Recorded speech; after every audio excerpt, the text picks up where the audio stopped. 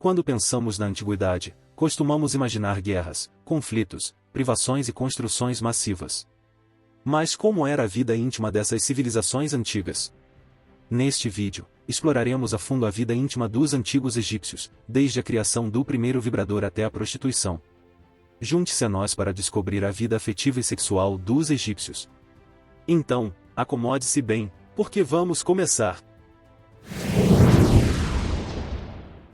Comecemos com a criação do primeiro vibrador.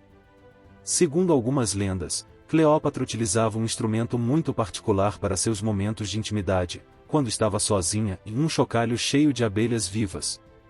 A vibração produzida pelas abelhas presas no chocalho oferecia uma experiência única e prazerosa.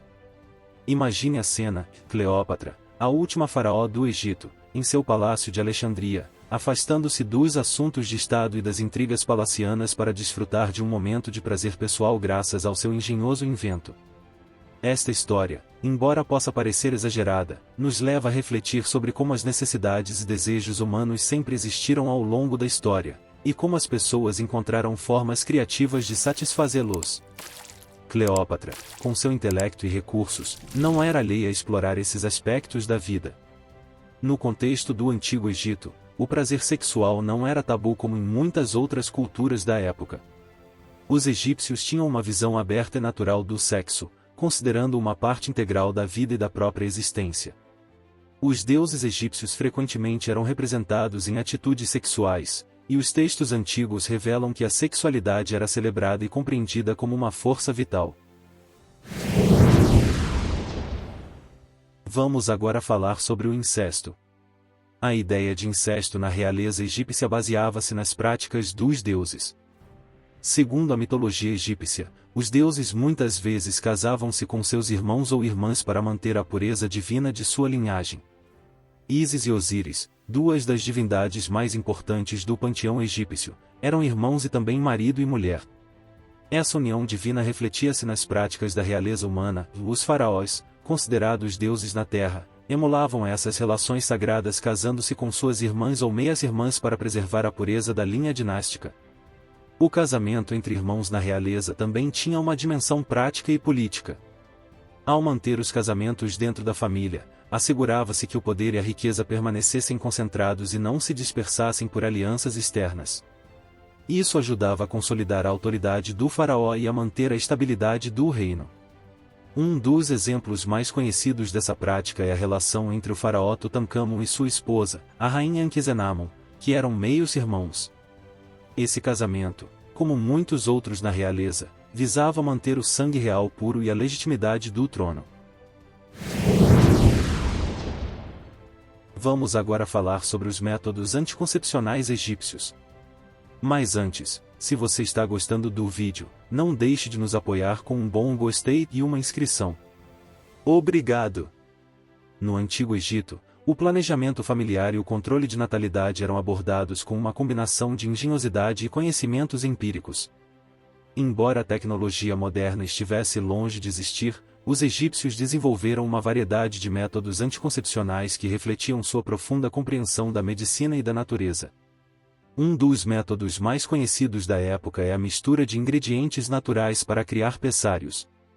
Os egípcios utilizavam combinações de mel, folhas de acácia e outros ingredientes para elaborar uma pasta que as mulheres introduziam na vagina antes das relações sexuais.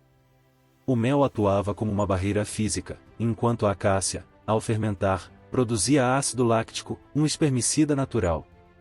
Este método, descrito no famoso Papiro Ebers, um dos textos médicos mais antigos do mundo, demonstra um conhecimento avançado das propriedades químicas das plantas. Outra técnica curiosa envolvia o uso de excremento de crocodilo misturado com mel. Embora hoje em dia possa parecer incomum, os egípcios acreditavam que os excrementos de certos animais possuíam propriedades mágicas e medicinais. Neste caso, utilizava-se como uma barreira para evitar a entrada do esperma no útero. Este método reflete a mistura de práticas médicas e crenças mágicas que caracterizavam a medicina egípcia. Além disso, as mulheres egípcias também utilizavam tampões de fibras vegetais impregnados em várias soluções que podiam incluir mel, folhas de acácia e outras ervas.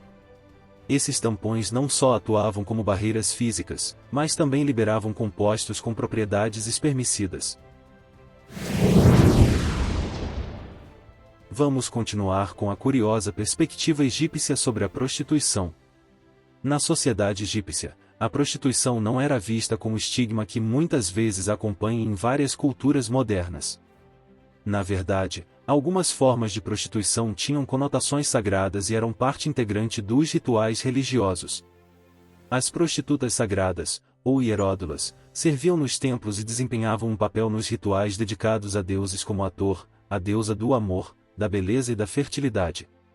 Esses rituais buscavam invocar a bênção divina e assegurar a prosperidade e a fertilidade tanto para a terra quanto para o povo.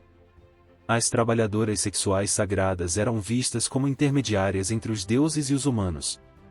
Seus serviços não eram apenas sexuais, mas também incluíam danças sagradas, cânticos e outros atos rituais projetados para honrar os deuses e atrair seu favor. Nesse contexto, a prostituição sagrada era uma prática profundamente respeitada e valorizada, vista como um meio de conexão com o divino. Por fim, falemos da homossexualidade. Embora a evidência sobre a homossexualidade nessa civilização seja menos abundante do que a de outras práticas sexuais, existem indícios suficientes para sugerir que era uma parte reconhecida e, em certos casos, aceita da vida egípcia. Um dos exemplos mais destacados é o túmulo de Nyankukun e Kenunyote, dois altos funcionários que viveram durante o reinado do faraó Nusserre na Quinta Dinastia, por volta de 2400 a.C. O túmulo desses dois homens é único devido às representações em relevo que os mostram em poses afetuosas, com seus rostos e corpos próximos um do outro de uma maneira geralmente reservada para casais heterossexuais. Essa representação levou muitos egiptólogos a interpretar sua relação como uma união romântica e possivelmente sexual, embora algumas teorias sugiram que eles poderiam ser irmãos ou amigos muito próximos. Além disso, na literatura e mitologia egípcia, há referências que insinuam relações homossexuais. Um exemplo notável é o mito de Horus e Sete, onde, em uma parte da história, Sete tenta seduzir Horus. Embora este relato tenha um contexto de luta pelo poder e dominação, e não possa ser interpretado como uma aceitação direta da homossexualidade, ele mostra que os egípcios estavam conscientes da existência de tais relações e as incluíam em suas narrativas mitológicas. E bom, pessoal, isso é tudo por hoje. Não deixem de nos apoiar com um bom gostei e uma inscrição. Obrigado e até a próxima!